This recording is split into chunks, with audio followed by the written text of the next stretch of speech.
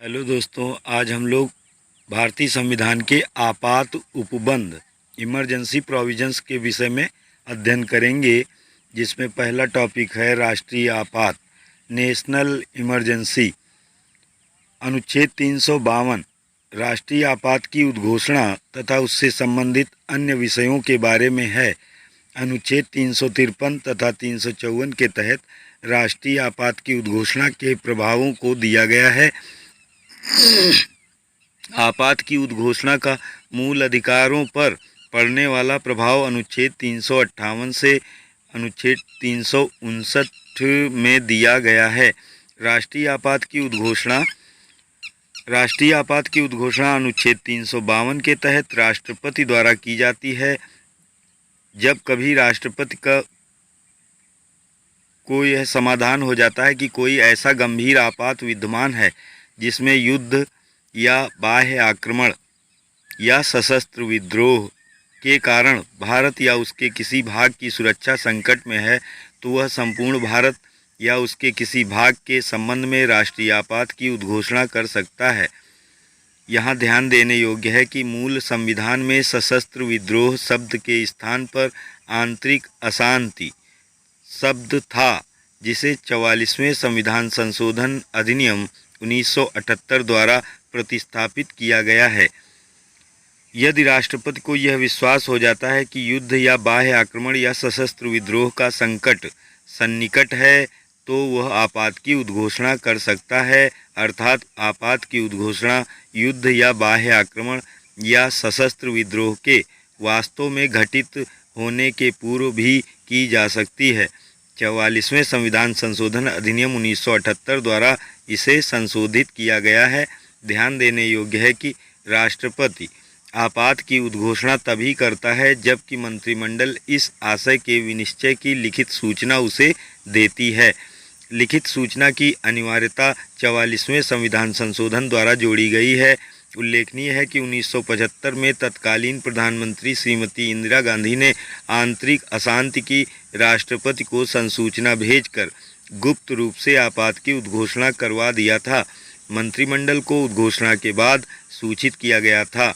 यह एक प्रकार की निरंकुशता थी। भविष्य में इसकी पुनरावृत्ति न हो, इसलिए यह प्रावधान किया गया कि राष्ट्रपति अपने द्वारा जारी उद्घोषणा को किसी पश्चातवर्ती उद्घोषणा द्वारा परिवर्तित कर सकता है या वापस ले सकता है। अनुच्छेद 352(2) के खंड 2 के अंतर्गत ध्यान देने योग्य है कि उद्घोषणा को परिवर्तित करने के लिए मंत्रिमंडल की लिखित सूचना आवश्यक है, किंतु उसे वापस लेने के लिए मंत्रिमंडल की लिखित सूचना आवश्यक नहीं है।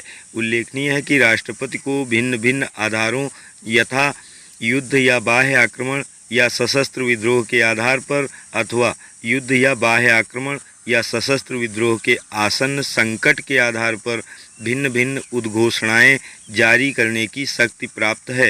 राष्ट्रपति को यह शक्ति 38वें संविधान संशोधन अधिनियम 1975 द्वारा प्रदान की गई थी। इसके लिए अनुच्छेद 352 में खंड 9 जोड़ा गया है। 1975 में जब आंतरिक अशांति के आधार पर आपात की घोषणा की गई थी, उस समय 1971 में बाह्य आक्रमण के आधार पर घोषित आपात पर प्रवर्तन में था। 1975 की उद्घोषणा को वैधता प्रदान करने के लिए ही 38वें संविधान संशोधन द्वारा खंड 9 के प्रावधान को भूतलक्षी प्रभाव से अंततः स्थापित किया गया था। परीक्षा की दृष्टि से कुछ महत्वपूर्ण तथ्य हैं। संविधान के किस भाग में तथा किन अनुच्छेदों के तहत आपातकालीन प्रावधानों का उल्लेख किया गया है? तो ये संविधान के भाग 18 और अनुच्छेद 352 से लेकर 360 के तहत आपात उपबंधों के विषय में प्रावधान किया गया है। भारत में आपातकालीन उपबंध किस देश के संविधान से लिया गया है? इम्पॉर्टेंट है। ये जर्मनी के संविधान से या वीमर संविधान से 1833 में जो बना था से लिया गया है। किस अनुच्छेद के तहत राष्ट्रपति राष्ट्रीय आपात घोषित करता है? अनुच्छेद 352 के तहत राष्ट्रीय आपात घोषित करता है कौन? राष्ट्रपति। राष्ट्रपति द्वारा आपात की उद्घोषणा किन आधारों पर की जाती है? युद्ध, बाह्य आक्रमण या सशस्त्र विद्रोह के आधार पर किस संविधान संशोधन द्वारा यह प्रावधान किया गया है कि आपात की उद्घोषणा संपूर्ण भारत या उसके किसी भाग के संबंध में की जा सकती है। तो ये 42वें संविधान संशोधन अधिनियम 1976 द्वारा ऐसा प्रावधान किया गया है।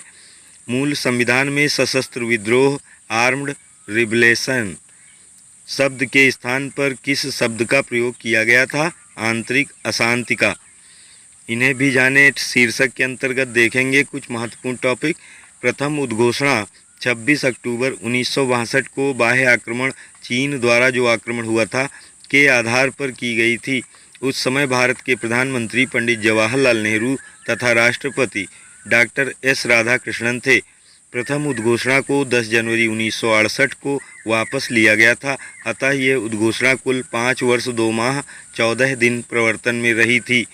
द्वितीय उद्घोषणा 3 दिसंबर 1971 को बाह्य आक्रमण पाकिस्तान द्वारा जो आक्रमण हुआ उसके आधार पर की गई थी। इस समय भारत की प्रधानमंत्री श्रीमती इंदिरा गांधी तथा राष्ट्रपति वीवी गिरि वाराह वेंकट गिरि थे।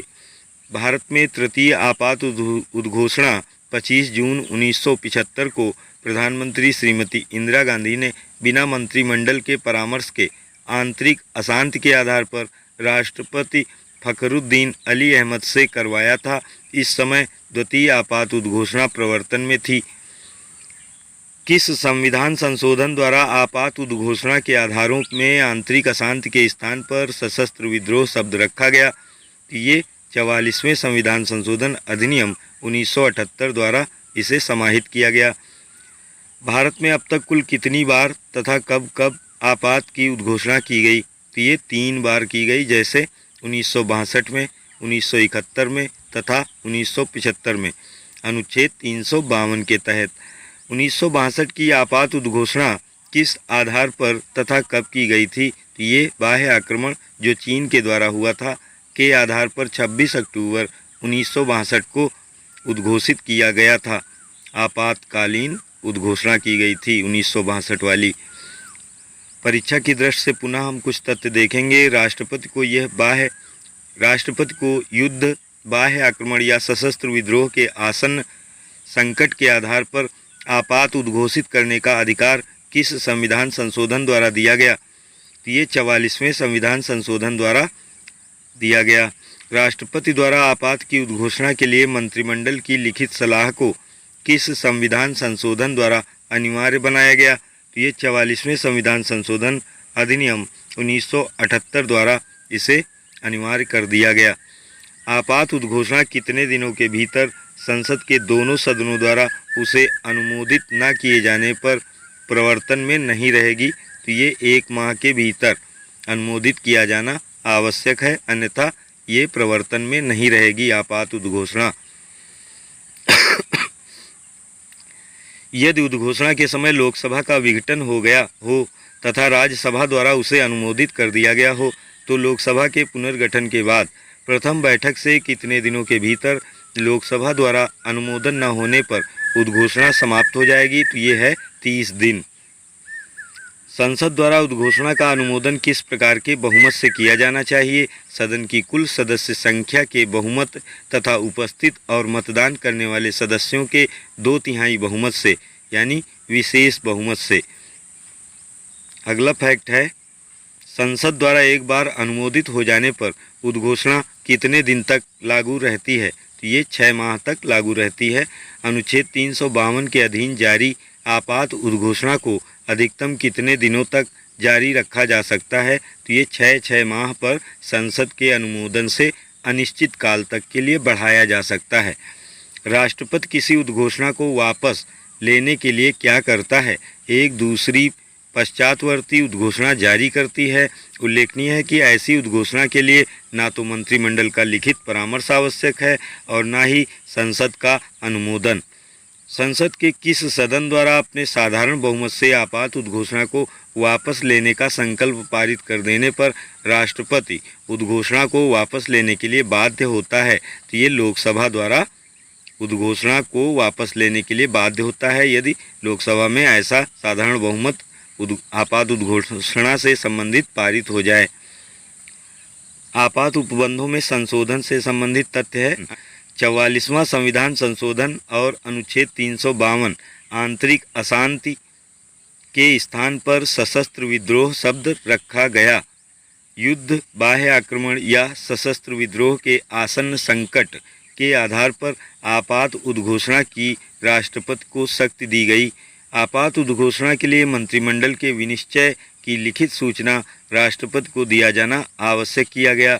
उद्घोषणा 1 माह के भीतर संसद के दोनों सदनों द्वारा विशेष बहुमत से पारित किया जाना आवश्यक किया गया। इसके पूर्व उद्घोषणा 2 माह के भीतर साधारण बहुमत से पारित की जा सकती थी। एक बार संसद द्वारा अनुमोदित उद्घोषणा मात्र 6 माह तक प्रवर्तन में रहेगी। आगे जारी रखने के लिए पुनः अनुमोदन आवश्यक होगा। इसके पूर्व एक बार अनुमोदित हो जाने पर अनिश्चित काल तक प्रवर्तन में रह सकती थी। यह प्रावधान किया गया कि यदि लोकसभा साधारण बहुमत से उद्घोषणा को वापस लेने का संकल्प पारित कर देती है तो राष्ट्रपति उसे वापस लेने के लिए बाध्य होगा। अगला बिंदु है, यदि लोकसभा के 1/10 भाग सदस्य हस्ताक्षर सहित लिखित सूचना अध्यक्ष या राष्ट्रपति को देते हैं तो 14 दिन के भीतर उनके द्वारा उद्घोषणा को वापस लेने के संबंध में विचार के लिए लोकसभा की विशेष बैठक बुलाने का प्रावधान किया गया है। 44वां संविधान संशोधन तथा अनुच्छेद 358 व 359 देखेंगे। अनुच्छेद 19 द्वारा प्रदत्त मूल अधिकार केवल युद्ध या बाह्य आक्रमण के आधार पर घोषित आपात के समय ही निलंबित होंगे, सशस्त्र विद्रोह के आधार पर घोषित आपात के समय नहीं, ये कहा गया है अनुच्छेद 358 में। अगला बिंदु है, आपात के दौरान अनुच्छेद 358 का संरक्षण केवल उन विधियों को प्राप्त होगा जिसमें इस बात का उल्लेख होगा कि वे आपात से संबंधित हैं तथा उन कार्यपालिकीय कृत्यों को होगा जो ऐसी विधियों के अधीन किए गए हैं, अन्य विधियों या कृत्यों को नहीं। ये अनुच्छेद 358 के खंड 2 में बात कही गई है। अगला बिंदु है, अनुच्छेद 20 तथा 21 को राष्ट्रपति द्वारा आपात के दौरान भी निलंबित करने की शक्ति से बाहर कर दिया गया। ये अनुच्छेद 369 में उल्लिखित किया गया है। ये इम्पॉर्टेंट तथ्य है। अगला है, अनुच्छेद 359 का संरक्षण भी आपात के दौरान केवल उन्हीं विधियों को प्राप्त होगा जिनमें इस बात का उल्लेख होगा कि वे आपात से संबंधित हैं तथा उन कार्यपालिकीय कृत्यों को प्राप्त होगा जो ऐसी विधियों के अधीन किए गए हैं, अन्य विधियों या कृत्यों को नहीं। 42वां संविधान संशोधन अधिनियम अनुच्छेद 352, इसमें पहला बिंदु है, आपात की उद्घोषणा संपूर्ण भारत या उसके किसी भाग के संबंध में किया जा सकेगा। इसके पूर्व इसका प्रभाव संपूर्ण देश पर होता था। उद्घोषणा को परिवर्तित करने का भी प्रावधान किया गया जिससे कि उन स्थानों से जहां सुधार हो रहा है आपात को हटाया जा सके तथा अन्य स्थानों पर बने रहने दिया जा सके। 38वें संविधान संशोधन 1975 द्वारा राष्ट्रपति को भिन्न भिन्न आधारों पर भिन्न भिन्न उद्घोषणाएं जारी करने का अधिकार दिया गया है। राज्यों में राष्ट्रपति शासन, president rule in the state. राज्यों में सांविधानिक तंत्र कॉन्स्टिट्यूशनल मशीनरी के विफल हो जाने पर राष्ट्रपति द्वारा अनुच्छेद 356 के तहत जारी की जाने वाली उद्घोषणा को आम बोलचाल की भाषा में राष्ट्रपति शासन कहा जाता है। यह दूसरे प्रकार का आपात उपबंध है, यद्यपि संविधान में इसके लिए आपात शब्द का प्रयोग नहीं किया गया है। अब हम देखेंगे राष्ट्रपति शासन की उद्घोषणा। राष्ट्रपति शासन की उद्घोषणा अनुच्छेद 356 के खंड 1 के तहत जारी की जाती है। इसके अनुसार यदि राष्ट्रपति को किसी राज्य के राज्यपाल से प्रतिवेदन या रिपोर्ट मिलने पर या अन्यथा यह समाधान हो जाता है कि उस राज्य का शासन संवैधानिक प्रावधानों के अनुसार नहीं चलाया जा सकता तो वह उस राज्य में राष्ट्रपति शासन की उद्घोषणा कर सकता है। अनुच्छेद 365 में कहा गया है कि जब कोई राज्य संघ की कार्यपालिका द्वारा दिए गए किसी निर्देश डायरेक्शन के अनुपालन में असफल रहता है तो राष्ट्रपति यह समाधान कर सकता है कि उस राज्य का शासन संविधान के प्रावधानों के अनुसार नहीं चलाया जा सकता है। उल्लेखनीय है कि अनुच्छेद 256, 257 तथा अनुच्छेद 353 के तहत संघ की कार्यपालिका को राज्यों को निर्देश देने की शक्ति है। यहाँ राष्ट्रपति के समाधान से तात्पर्य है कि केंद्रीय मंत्रिमंडल का समाधान।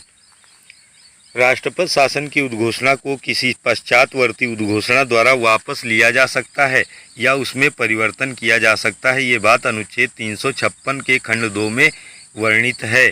उद्घोषणा का अनुमोदन, अप्रूवल ऑफ प्रोक्लामेशन। अनुच्छेद 356 के अधीन जारी प्रत्येक उद्घोषणा संसद के दोनों सदनों के समक्ष रखी जाती है। उसे प्रत्येक सदन द्वारा उपस्थित और मतदान करने वाले सदस्यों के बहुमत यानी साधारण बहुमत से 2 माह के भीतर पारित करना होता है, अन्यथा वह समाप्त हो जाती है। उल्लेखनीय है कि किसी पूर्ववर्ती उद्घोषणा को वापस लेने वाली उद्घोषणा को संसद के समक्ष रखना आवश्यक नहीं होता है यदि उद्घोषणा उस समय की जाती है जबकि लोकसभा का विघटन हो गया है या लोकसभा का विघटन उद्घोषणा का अनुमोदन किए बिना 2 माह के भीतर हो जाता है और उसे राज्यसभा द्वारा अनुमोदित कर दिया गया हो, तो ऐसी उद्घोषणा को लोकसभा के पुनर्गठन के पश्चात उसकी प्रथम बैठक से 30 दिन के भीतर अनुमोदित किया जाना चाहिए, अन्यथा वह 30 दिन की समाप्ति पर प्रवर्तन में नहीं रहेगी। उद्घोषणा की अवधि देखेंगे। राष्ट्रपति शासन की उद्घोषणा जारी किए जाने की तिथि से 2 माह तक प्रवर्तन में रहती है, किंतु यदि संसद के दोनों सदन इसे साधारण बहुमत से 2 माह के भीतर अनुमोदित कर देते हैं तो ऐसी उद्घोषणा जारी किए जाने की तिथि से 6 माह तक प्रवर्तन में रहती है। यदि उसे आगे भी जारी रखना हो तो उसे पुनः संसद के दोनों सदनों द्वारा पारित किया जाना चाहिए। संसद के पुनः अनुमोदन से उद्घोषणा की अवधि 6 माह बढ़ाई जा सकती है, किंतु उसे किसी भी दशा में 3 वर्ष से अधिक अवधि तक प्रवर्तन में नहीं रखा जा सकता है। अतः राष्ट्रपति शासन की अधिकतम अवधि 3 वर्ष तक हो सकती है, परंतु 1 वर्ष से अधिक अवधि तक राष्ट्रपति शासन को जारी रखने के लिए संसद द्वारा संकल्प तभी पारित किया जा सकता है जबकि अधोलिखित निम्न दोनों शर्तें पूरी होती हैं, जैसे आपात की उद्घोषणा संपूर्ण भारत या उसके किसी भाग में प्रवर्तन में हो, और दूसरा बिंदु है निर्वाचन आयोग यह प्रमाणित कर दे कि राज्य में चुनाव कराने में कठिनाई के कारण राष्ट्रपति शासन को जारी रखना आवश्यक है। तो ये तथ्य कहा गया है अनुच्छेद 356 के खंड 5 में। यहाँ ध्यान देने योग्य है कि उक्त दोनों शर्तें 44वें संविधान संशोधन अधिनियम 1978 द्वारा जोड़ी गई हैं। परीक्षा की दृष्टि से कुछ अन्य तथ्य हैं। आपातकाल की उद्घोषणा को कितनी अवधि के भीतर संसद के समक्ष स्वीकृति हेतु रखना आवश्यक है, तो ये है अवधि 1 माह के भीतर।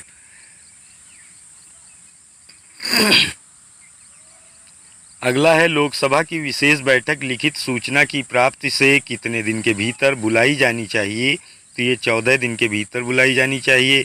आपात की उद्घोषणा के दौरान किस अनुच्छेद के तहत संसद को यह शक्ति प्राप्त हो जाती है कि वह राज्य सूची के किसी विषय पर कानून बना सकती है, तो ये अनुच्छेद 353 तथा अनुच्छेद 250 के तहत उल्लिखित किया गया है। राजस्व वितरण संबंधी उपबंधों अनुच्छेद 268 से 79 में आपात के दौरान परिवर्तन करने का अधिकार किसे प्राप्त है, तो ये राष्ट्रपति को प्राप्त है अनुच्छेद 354 के तहत। आपातकाल के लागू होने पर मूल अधिकारों पर पड़ने वाला प्रभाव संविधान के किस अनुच्छेद के तहत दिया गया है, तो ये अनुच्छेद 358 तथा 359 के तहत दिया गया है। अनुच्छेद 358 के अनुसार आपातकाल के लागू होने पर मूल अधिकार पर क्या प्रभाव पड़ता है, तो ये अनुच्छेद 19 द्वारा प्रदत्त स्वतंत्रता का मूल अधिकार स्वतः निलंबित हो जाता है। किन आधारों पर घोषित आपातकाल के दौरान अनुच्छेद 19 द्वारा प्रदत्त मूल अधिकार निलंबित हो जाता है, तो ये युद्ध या बाह्य आक्रमण के आधार पर निलंबित हो जाता है। किस आधार पर आपात की उद्घोषणा होने पर अनुच्छेद 19 स्वतः निलंबित नहीं होता है, तो ये सशस्त्र विद्रोह के आधार पर स्वतः निलंबित नहीं होता है। किस संविधान संशोधन द्वारा यह प्रावधान किया गया कि सशस्त्र विद्रोह के आधार पर घोषित आपात की स्थिति में अनुच्छेद 19 निलंबित नहीं होगा, तो ये 44वें संविधान संशोधन अधिनियम 1978 द्वारा तथ्य जोड़ा गया। किस अनुच्छेद के तहत राष्ट्रपति को यह शक्ति दी गई है कि वह आपात के दौरान भाग 3 संविधान के भाग 3 द्वारा प्रदत्त मूल अधिकारों को प्रवर्तित या लागू कराने के अधिकार को निलंबित कर सकता है। तो यह अनुच्छेद 359 के तहत। अनुच्छेद 359 के तहत राष्ट्रपति किन अनुच्छेदों द्वारा प्रदत्त मूल अधिकारों को प्रवर्तित इन्फोर्स्ड कराने के अधिकार को निलंबित नहीं कर सकते? तो यह अनुच्छेद 20 तथा 21 है। ये इम्पॉर्टेंट है, देख लीजिएगा। अगला है, उच्चतम न्यायालय ने प्रवासी पंचाट निर्धारण अधिनियम 1983 को संविधान के किस अनुच्छेद के अंतर्गत केंद्र के पावन कर्तव्य के उल्लंघन पर असंवैधानिक घोषित किया? ये अनुच्छेद 355 के अंतर्गत असंवैधानिक घोषित कर दिया। अब हम 44वां संविधान संशोधन और अनुच्छेद 356 के विषय में समझेंगे, जिसमें संसद द्वारा अनुमोदित उद्घोषणा 6 माह तक ही प्रवर्तन में रहेगी। 42वें संविधान संशोधन द्वारा इसे 1 वर्ष तक कर दिया गया था। खंड 5 जोड़कर यह प्रावधान किया गया कि 1 वर्ष से अधिक अवधि तक आपात जारी रखने वाला संकल्प संसद के किसी सदन द्वारा तभी पारित किया जाएगा जब, पहला बिंदु कहता है, उस समय आपात की घोषणा अनुच्छेद 352 प्रवर्तन में हो, तथा दूसरा, चुनाव आयोग ने यह प्रमाणित किया हो कि आम चुनाव कराने में कठिनाई के कारण उद्घोषणा को बनाए रखना आवश्यक है। यहाँ पर परीक्षा की दृष्टि से तथ्य हैं। किस संविधान संशोधन द्वारा यह प्रावधान किया गया कि राष्ट्रपति अनुच्छेद 20 तथा 21 को आपात के दौरान भी निलंबित नहीं कर सकता है? तो ये कही गई है बात 44वें संविधान संशोधन द्वारा ऐड की गई है, जो कि 1978 में आया। आपातकाल के दौरान लोकसभा का कार्यकाल एक बार में 1 वर्ष तक बढ़ाने का अधिकार किसे है? तो ये संसद को है, अनुच्छेद 83 के तहत। अब तक कितनी बार लोकसभा का कार्यकाल आपात उद्घोषणा के प्रवर्तन में रहने के कारण बढ़ाया गया है? तो ये 1 बार है। राज्यों में राष्ट्रपति शासन की उद्घोषणा किस अनुच्छेद के तहत की जाती है? तो ये अनुच्छेद 356 के खंड 1 के तहत की जाती है। कब राष्ट्रपति किसी राज्य में राष्ट्रपति शासन की उद्घोषणा कर सकता है? तो ये राज्य में संवैधानिक तंत्र के विफल हो जाने पर।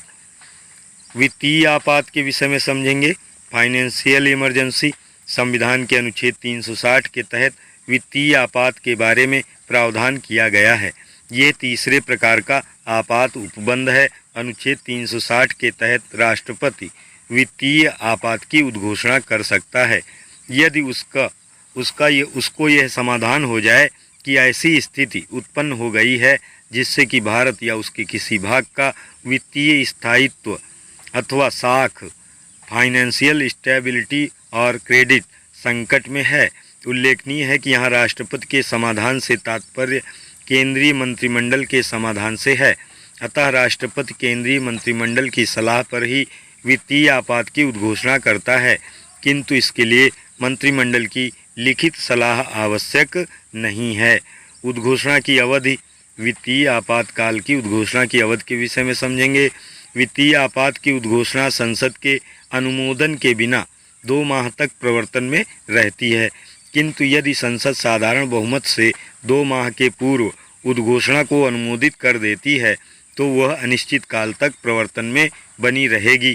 उल्लेखनीय है कि वित्तीय आपात की उद्घोषणा को जारी रखने के लिए उसका बार बार अनुमोदन आवश्यक नहीं है। यदि आपात की उद्घोषणा के समय लोकसभा विघटित हो या 2 माह की अवधि में उसका विघटन हो जाता है और संकल्प राज्यसभा द्वारा अनुमोदित हो जाता है किंतु लोकसभा द्वारा नहीं होता है, तो उद्घोषणा उस तारीख से जब नई लोकसभा बैठती है 30 दिन की समाप्ति पर प्रवर्तन में नहीं रहेगी।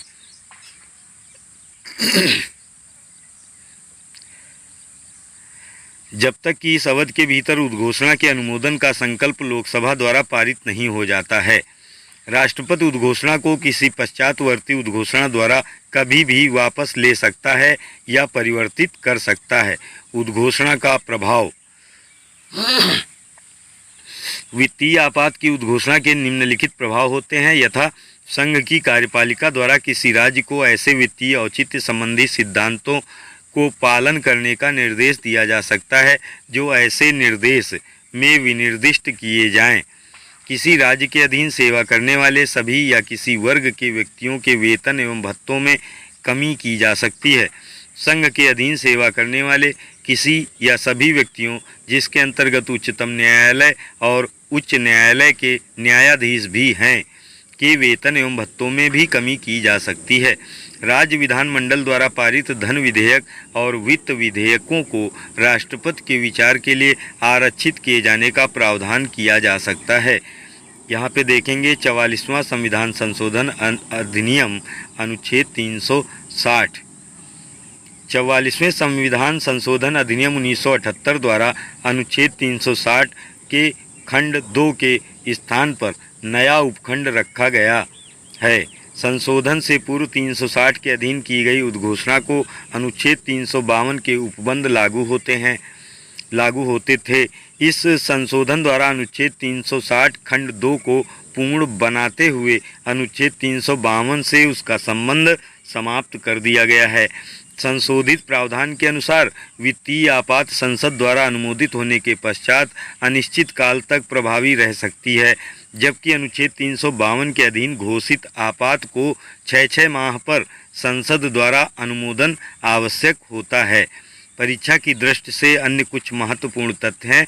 संघ द्वारा दिए गए निर्देशों का किसी राज्य द्वारा अनुपालन न कर पाने की दशा में किस अनुच्छेद के तहत राष्ट्रपति यह मान सकता है कि उस राज्य का शासन संवैधानिक उपबंधों के अनुसार नहीं चलाया जा सकता है? तो ये अनुच्छेद 365 के तहत। अगला फैक्ट है, संविधान का कौन सा अनुच्छेद प्रत्येक राज्य की बाह्य आक्रमण और आंतरिक अशांति से सुरक्षा तथा सरकार का संवैधानिक प्रावधानों के अनुसार चलाया जाना सुनिश्चित करने का संघ पर कर्तव्य अधिरोपित करता है? तो ये हो गया अनुच्छेद 355। अनुच्छेद 356 के तहत जारी उद्घोषणा का संसद के दोनों सदनों द्वारा कितने दिनों के भीतर अनुमोदन आवश्यक है? तो ये 2 माह के भीतर। संसद द्वारा अनुच्छेद 356 के तहत जारी उद्घोषणा किस प्रकार के बहुमत से अनुमोदित की जानी चाहिए? तो ये उपस्थित और मतदान करने वाले सदस्यों के बहुमत से, यानी साधारण बहुमत से। संसद द्वारा एक बार अनुमोदित हो जाने पर राष्ट्रपति शासन की उद्घोषणा कितने दिन तक लागू रह सकती है? तो इसकी अवधि है 6 माह तक। किसी राज्य में राष्ट्रपति शासन अधिकतम कितने दिन तक लागू किया जा सकता है? इम्पॉर्टेंट फैक्ट है, तो ये है 3 वर्ष तक। यहाँ पर हम विगत वर्षों के कुछ महत्वपूर्ण प्रश्नों के विषय में समझने का प्रयास करेंगे और इनके उत्तरों को भी देखेंगे, जिसमें पहला प्रश्न है, भारतीय संविधान के अंतर्गत कितने प्रकार के आपातकाल की सोच है? 2, 3, 4 या फिर 1? तो ये हो जाएगा इसका उत्तर विकल्प बी 3। भारतीय संविधान के अंतर्गत कितने प्रकार के आपातकाल की सोच विकसित की गई है? तो ये 3 प्रकार के आपातकाल भारतीय संविधान में वर्णित किए गए हैं। भारतीय संविधान के अनुच्छेद 352 के अनुसार राष्ट्रीय आपात की घोषणा निम्नलिखित में से किन परिस्थितियों में की जा सकती है? संवैधानिक मशीनरी की विफलता पर, आक्रमण पर या आंतरिक अशांति पर, अथवा युद्ध, बाह्य आक्रमण अथवा सशस्त्र विद्रोह पर। तो इसमें सही उत्तर हो जाएगा ऑप्शन डी, युद्ध, बाह्य आक्रमण अथवा सशस्त्र विद्रोह होने की स्थिति में भारतीय संविधान के अनुच्छेद 352 के अनुसार राष्ट्रीय आपात की उद्घोषणा की जा सकती है। इन 3 परिस्थितियों में, युद्ध, बाह्य आक्रमण तथा सशस्त्र विद्रोह की स्थिति में।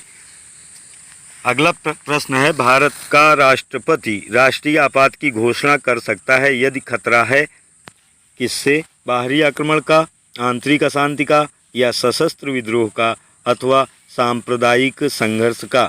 उपरोक्त लिखित कूटों से सही उत्तर चुनिए।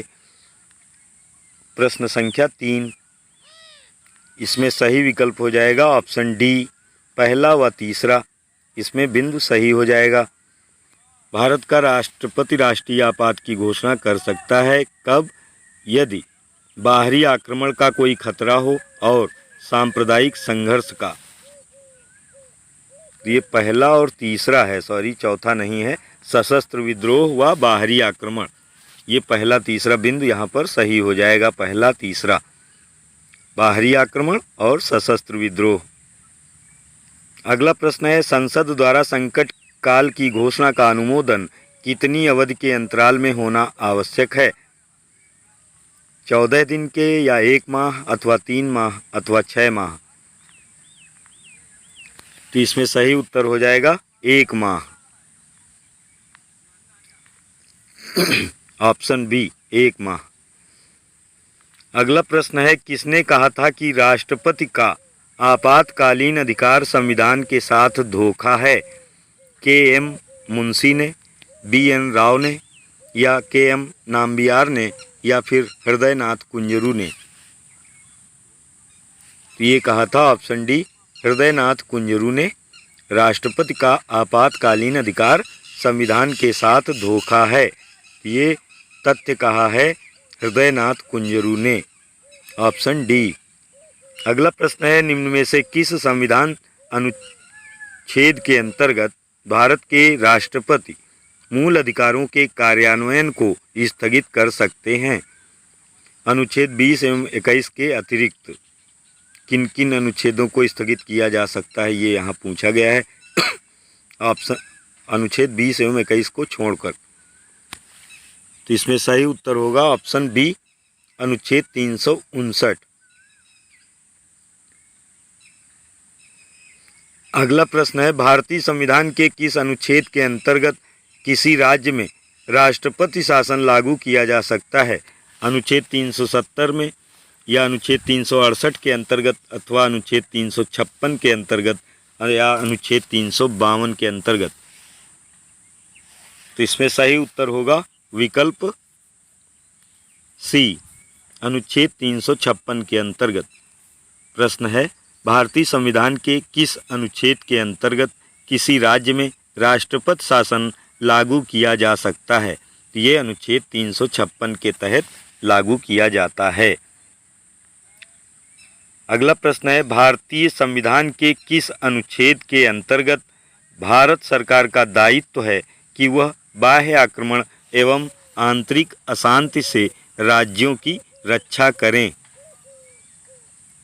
अनुच्छेद 355 के अंतर्गत कहा गया है क्या, या अनुच्छेद 356, अथवा अनुच्छेद 352, या अनुच्छेद 360? तो इसमें सही उत्तर क्या होगा? तो होगा विकल्प ए, अनुच्छेद 355। भारतीय संविधान के अनुच्छेद 355 के अंतर्गत भारत सरकार का दायित्व है कि वह बाह्य आक्रमण एवं आंतरिक अशांति से राज्यों की रक्षा करें। तो ये उत्तर होगा इसमें विकल्प ए, अनुच्छेद 355। अगला प्रश्न है, भारतीय संविधान के अनुच्छेद 356 के अंतर्गत राष्ट्रपति शासन सर्वप्रथम कहाँ लागू किया गया था? उत्तर प्रदेश में, ट्रावनकोर या कोचीन में, पेप्सू पंजाब में, या फिर बिहार में? तो ये किया गया था पंजाब में। भारतीय संविधान के अनुच्छेद 356 के अंतर्गत राष्ट्रपति शासन सबसे पहले भारत में लागू किया गया किस राज्य में? पंजाब में। Option C. राष्ट्रीय आपातकाल में लोकसभा की अवधि आपातकाल की समाप्ति तक बढ़ाई जा सकती है, लेकिन एक समय में केवल 1 वर्ष के लिए ही बढ़ाई जा सकती है। अगला है, मौलिक अधिकारों से जुड़े निम्नलिखित अनुच्छेदों के युग्मों में से कौन एक भारतीय संविधान के अनुच्छेद 359 के अंतर्गत आपात स्थिति लागू करने के दौरान निलंबित नहीं हो सकता? अनुच्छेद 20-21, या अनुच्छेद 14-15, या अनुच्छेद 16-17, या अनुच्छेद 24 और 25?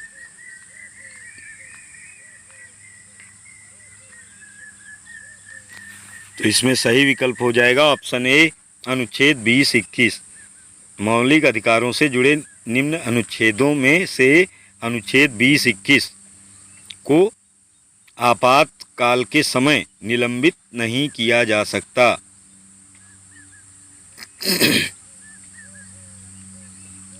भारत के संविधान के अनुच्छेद 360 के अधीन वित्तीय आपात से संबंधित निम्नलिखित कथनों पर विचार कीजिए। वित्तीय आपात की उद्घोषणा 2 मास की समाप्ति पर प्रवर्तन में नहीं रहेगी यदि उस अवधि की समाप्ति से पहले संसद के दोनों सदनों के संकल्पों द्वारा उसका अनुमोदन नहीं कर दिया जाता है। दूसरा बिंदु है, यदि वित्तीय आपात प्रवर्तन में हो तो भारत का राष्ट्रपति संघ के कार्यपालक कार्यकलाप के संबंध में सेवा करने वाले सभी या किसी वर्ग के व्यक्तियों के परंतु जिनके अंतर्गत उच्चतम न्यायालय और उच्च न्यायालयों के न्यायाधीश नहीं आते, वेतनों और भत्तों में कमी करने के लिए निर्देश देने में सक्षम हैं। उपर्युक्त कथनों में से कौन सा या फिर कौन से सही हैं, ये कूट के माध्यम से बताना है। प्रश्न संख्या 12, तो इसमें सही विकल्प हो जाएगा ऑप्शन ए। केवल पहला बिंदु यहाँ पर सही दिया गया है। भारत के संविधान के अनुच्छेद 360 के अधीन वित्तीय आपात से संबंधित निम्न कथनों में केवल पहला बिंदु सही है। वो है क्या? वित्तीय आपात की उद्घोषणा 2 मास की समाप्ति पर प्रवर्तन में नहीं रहेगी यदि उस अवधि की समाप्ति से पहले संसद के दोनों सदनों के संकल्पों द्वारा उसका अनुमोदन नहीं कर दिया जाता। अगला प्रश्न है, प्रायः किसकी सलाह पर राज्य में राष्ट्रपति शासन लागू किया जाता है? मुख्यमंत्री की सलाह पर, लेजिस्लेटिव असेंबली की सलाह पर या गवर्नर की सलाह पर अथवा उच्च न्यायालय के मुख्य न्यायाधीश की सलाह पर? तो इसमें सही विकल्प होगा ऑप्शन सी, गवर्नर या राज्यपाल की सलाह पर। अगला प्रश्न है, राष्ट्रपति शासन अधिकतम लगाया जा सकता है 1 वर्ष, 2 वर्ष, 6 माह या 3 वर्ष? तो ये हो जाएगा इसमें सही विकल्प ऑप्शन डी, 3 वर्ष तक राष्ट्रपति शासन लगाया जा सकता है, अधिकतम 3 वर्ष। अगला प्रश्न है, भारत में वित्तीय आपातकाल की घोषणा आज तक कितनी बार की गई है? 5 बार, 4 बार, 1 बार या कभी नहीं? तो इसमें सही विकल्प हो जाएगा ऑप्शन डी, कभी नहीं। अब तक 1 बार भी वित्तीय आपातकाल भारत में नहीं लागू किया गया, नहीं लगाया गया। तो इसमें सही विकल्प हो जाएगा ऑप्शन डी। अगला प्रश्न है, आपातकाल में किसी राज्य विधानसभा की अवधि बढ़ाई जा सकती है, किसके द्वारा? राष्ट्रपति द्वारा या संसद द्वारा या राज्य के राज्यपाल द्वारा अथवा राज्य विधानमंडल द्वारा? तो इसमें सही विकल्प हो जाएगा ऑप्शन बी, संसद द्वारा। आपातकाल में किसी राज्य विधानसभा की अवधि बढ़ाई जा सकती है संसद द्वारा। अगला प्रश्न है, निम्नलिखित में से किन परिस्थितियों में राष्ट्रपति आपातकाल घोषित कर सकता है? बाह्य आक्रमण, आंतरिक अशांति, राज्यों में संवैधानिक तंत्र की विफलता या आर्थिक संकट की स्थिति में?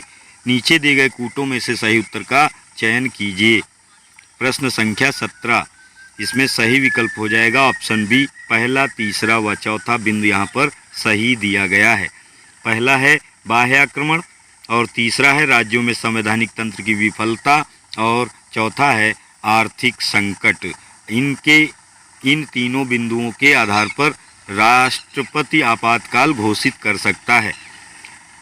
अगला प्रश्न है, आपातकाल की घोषणा को स्वीकृति हेतु संसद के समक्ष रखा जाना आवश्यक है 1 माह के अंदर, 2 माह के अंदर या 6 माह के अंदर अथवा 1 वर्ष के अंदर? तो इसमें सही विकल्प हो जाएगा ऑप्शन ए, 1 माह के अंदर आपातकाल की घोषणा को स्वीकृति हेतु संसद के समक्ष रखा जाना आवश्यक है 1 माह के अंदर। ये हमारा आज के सेशन का अंतिम प्रश्न था। इन्हीं उपरोक्त विकल्पों के प्रश्नों का उत्तर हम यहाँ पर लेकर ये आए हैं। यदि KDGS पॉइंट हमारा चैनल आप तक सब्सक्राइब न किया हो तो कृपया सब्सक्राइब कर लें। यदि आपको अच्छा लगे तो लाइक कर लें और अपने मित्रों को शेयर करना ना भूलें, जिससे हमारे अगले वीडियो की जानकारी आप तक एवं आपके मित्रगणों तक यथासमय पहुंच सके। धन्यवाद। स्वस्थ रहें, मस्त रहें।